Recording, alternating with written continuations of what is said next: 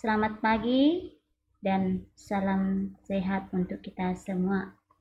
Semoga kita tetap semangat ya nak mengikuti pembelajaran kita walaupun belajar dari rumah.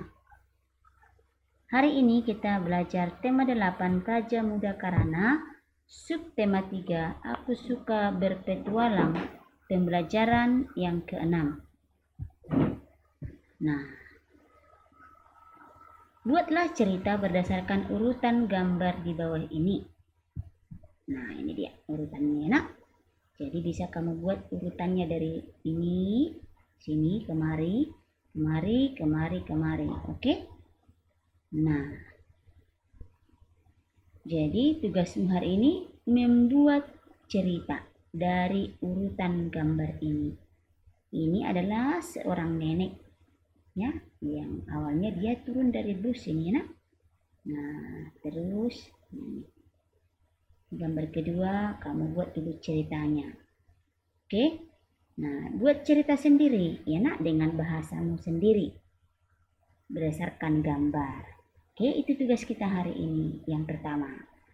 Nah, misalkan yang membuat seperti ini, ya nak. Edo melihat seorang nenek yang sedang turun dari bus dan hendak menyeberang, ya. Edo segera mendekati nenek tersebut dan membantu nenek menyeberang jalan. Nah, nenek itu ingin menuju perumahan Lestari. Nah, Edo pun mengantarnya sampai ke tujuannya, yaitu perumahan Lestari ini, nak. Itu cerita singkat dari Mem berdasarkan gambar ini. Nah, kamu buatlah ceritamu berdasarkan gambar-gambar ini juga, ya nak. Oke, dengan bahasa kamu sendiri.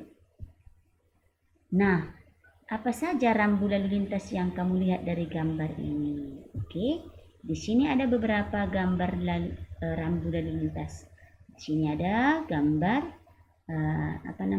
petunjuk tempat ini, anak. Ini ada masjid. Sini ada penyeberangan atau zebra cross, ya. Kemudian berikutnya di sini ada petunjuk arah. Nih, perumahan Lestari ke kanan. Oke? Nah, itulah dia rambu lalu lintas berdasarkan gambar. Nah, yang berikutnya, apa saja yang perlu diperhatikan saat menyeberang jalan? Nah, ya, saat menyeberang jalan, ada baiknya kita perhatikan dulu ke sebelah kiri dan ke sebelah kanan. Jika sudah memadai untuk menyeberang, jika sudah kosong, tidak ada lagi kendaraan yang lain, tidak padat lagi, hendaknya kamu menyeberang dengan hati-hati, ya nak. Dan gunakanlah zebra cross saat menyeberang. Nah, itulah cara yang perlu diperhatikan saat menyeberang jalan.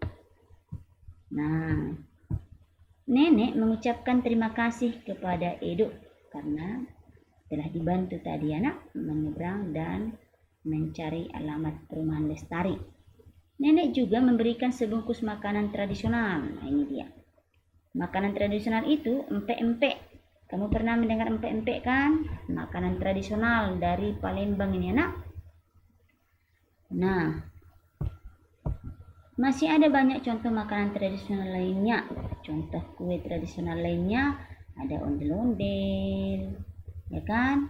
Ada kue kelepon, ada dodol, serabi, dan kue lapis.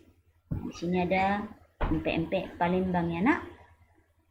Ini ada ondel-ondel, ini ada kue kelepon, ini dodol, ini serabi, ini kue lapis. Nah, semua makanan ini makanan yang enak, manis, ya nak. Ya, apakah kamu suka makanan tradisional ini? Dan apakah kamu sudah pernah memakan semua makanan tradisional ini? Nah, kebetulan Mim sudah makan semua ini, anak, dan semuanya enak dan rasanya manis. Nah, apakah kamu dan teman-temanmu suka kue tradisional? Nah, perhatikanlah diagram makanan tradisional yang disukai anak-anak. Nah, kue tradisional ini disukai oleh 50 orang, ya. Jadi dari 50 orang anak, inilah jenis makanan kesukaannya. Di sini ada onde-onde. Makanan onde-onde yang menyukai ada 40 orang. Kemudian ada kue kelepon yang menyukai ada di sini karena dia tidak pas di angka 30 ini ya. Dia di tengah-tengah. Berarti ini kan rentangnya mulai 10, 20, 30, 40, 50. Berarti 10 lah rentangnya.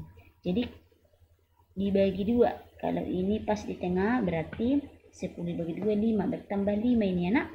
Ini 20 tambah 5 berarti yang suka kue kelepon itu ada 25 orang. Kemudian berapa banyak anak yang menyukai serabi? Ya, yang menyukai serabi. Sini ada 30, ini juga di tengah-tengah. Berarti 30 tambah 5 ya nak? 35. Karena dia pas di tengah-tengah ya. Jadi yang suka makan kue serabi ada 35 orang. Berapa banyak anak yang menyukai kue kelepon? Mana kue kelepon? Ini tadi. Ada 25 orang ya nak. Kemudian apa nama kue yang paling banyak disukai? Ayo, yang paling tinggi berarti ya nak. Yang paling banyak itu adalah ini. Berarti yang paling banyak disukai adalah kue lapis. Banyak 50 orang ya. Nah, kemudian apa nama kue yang paling sedikit disukai? Yang paling sedikit ini, yang paling pendek. Ini dodol. Ada hanya berapa ini nak? Ayo berapa ini? Ayo tebak.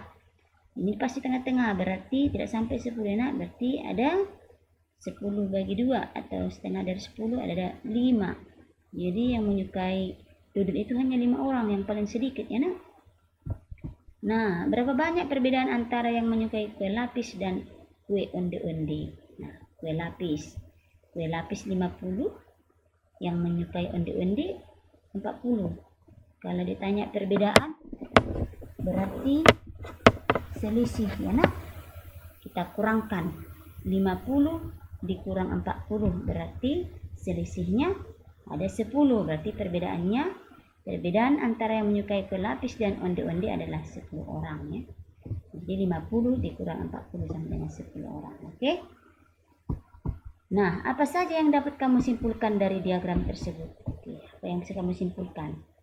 Dari diagram ini ya, yang menyukai makanan tradisional berjumlah ada 50 orang ya nak. Jadi bisa disimpulkan bahwa dari 50 orang anak ternyata semua menyukai kue lapis. 50 orang ya nak. Semua anak menyukai makanan tradisional lebih dari satu jenis. Nah, seperti si Edo misalkan dia sukanya onde-onde dan serabi. Nah, jadi bisa lebih dari satu jenis ya nak. Nah, makanan tradisional ini semua rasanya manis. Jadi makanan tradisional yang ada di sini semua rasanya manis ya nak. Nah, itulah kesimpulan yang bisa kita buat berdasarkan diagram ini. Jadi mengharapkan anak-anak mem semuanya sudah bisa membaca data dari diagram seperti ini. Oke? Kalau ditanya berapa yang suka onde-onde? 40 orang. Yang suka kue kelepon? 35 orang. Yang suka kue dodol? 5 orang. Yang suka serabi? 35 orang. Yang suka kue lapis? 50 orang. Oke? Nah, kalau sudah diketahui itu berarti ditanya pun yang lain sudah bisa dijawab ya nak. Nah, berbagai jenis makanan tradisional itu merupakan kekayaan Indonesia. Ya, kekayaan Indonesia. Termasuk rumah adat dan suku juga kekayaan Indonesia ya. Begitupun pakaian adat dan agama yang sangat beragam di Indonesia. Lambang kekayaan dan kekuatan. Jadi semua perbedaan itu merupakan lambang kekayaan dan kekuatan. Nah, kita harus tetap hidup rukun untuk menjaga persatuan dan kesatuan bangsa. Nah, berilah tanda centang untuk sikap menghargai perbedaan. Kita harus menghargai perbedaan ya nak. Perbedaan makanan kesukaan tradisional tadi, nah, dan yang lainnya. Nah, misalkan di sini. Sikap yang pertama, menghargai teman yang tidak menyukai makanan tradisional. Ya, menghargai. Yang kedua, belajar dengan tekun. Ini bukan menghargai perbedaan ya nak.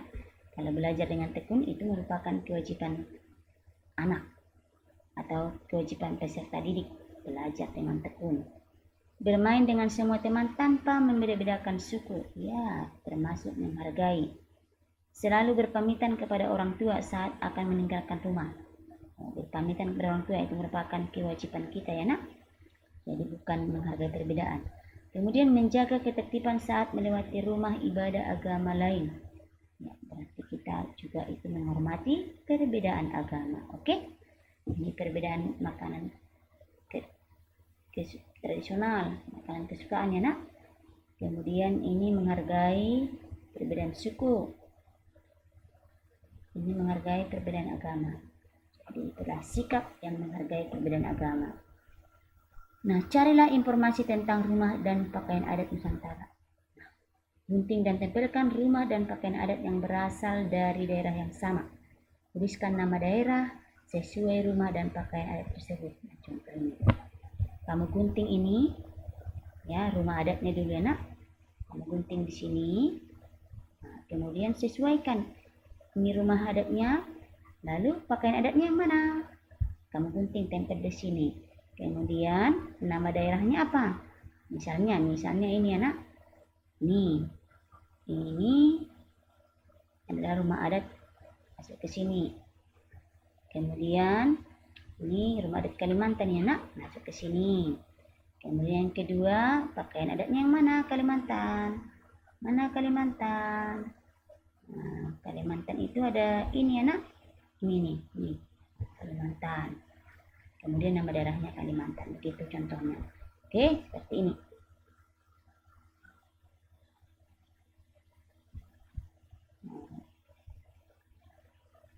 Ini rumah adat Kalimantan. Oke, ini pakaian adatnya, begitu ya nak. Kemudian ini rumah adat Papua. Nah, pakaian Papua mana? Ini, itu ya. Oke, contohnya seperti ini ya nak. Ini rumah adat. Inilah pakaiannya. Nama daerahnya Kalimantan Barat. Ini rumah adatnya. Kemudian ini pakaiannya. Nama daerahnya Bali. Ini rumah adatnya. Ini pakaiannya. Ini daerahnya DKI Jakarta. Kemudian ini rumah adatnya dari Papua ini anak. Ini pakaian adatnya. Kemudian ini rumah panjang, ini rumah panjang namanya ini anak. Ini pakaian adatnya dari Sulawesi Tenggara. Oke, perhatikan ya nak. Ini seperti ini dari Kalimantan ya nak, Kalimantan Barat. Ini pakaiannya. Ini dari Bali. Ini pakaian Bali. Ini dari DKI Jakarta. Ini pakaiannya. Oke, diperhatikan ya nak. Kemudian ini ya. Seperti rumah jamur ya nak, ini dari Papua. Ada bulu-bulunya di sini topinya. Kemudian rumah panjang ini dari pakaiannya ini dari Sulawesi Tenggara. Nah, adakah manfaat dari keberagaman pakaian yang dimiliki Indonesia? Tuliskanlah pendapatmu tentang manfaat keberagaman pakaian di Indonesia. Nah, keberagaman budaya yang dimiliki Indonesia merupakan identitas negara Republik Indonesia. Identitas kita memang kaya akan adat istiadat. Nah, bangsa Indonesia termasuk negara yang unik karena dapat hidup rukun walaupun terdiri dari berbagai perbedaan. Berbeda agama, berbeda adat istiadat, berbeda pakaian adat, rumah adat, makanan kesukaan, makanan tradisional, dan yang lainnya. Jadi Indonesia itu unik ya nak, unik. Itu dia. Jadi keberagaman budaya itu merupakan identitas negara Republik Indonesia. Sesuai dengan semboyan kita, Bhinneka Tunggal Ika. Bhinneka Tunggal Ika, walaupun berbeda-beda tetap satu. Nah, itulah materi kita hari ini. Tugas kamu hari ini membuat cerita ya nak dari urutan gambar tadi. Masih ingat kan? Itulah tugasmu hari ini. Gunakanlah dengan bahasamu sendiri. Mem mau lihat bagaimana kamu menceritakan berdasarkan urutan gambar tersebut. Oke, terima kasih anak-anak Mem semuanya. Salam sehat dan tetap semangat, semangat, semangat. Thank you all.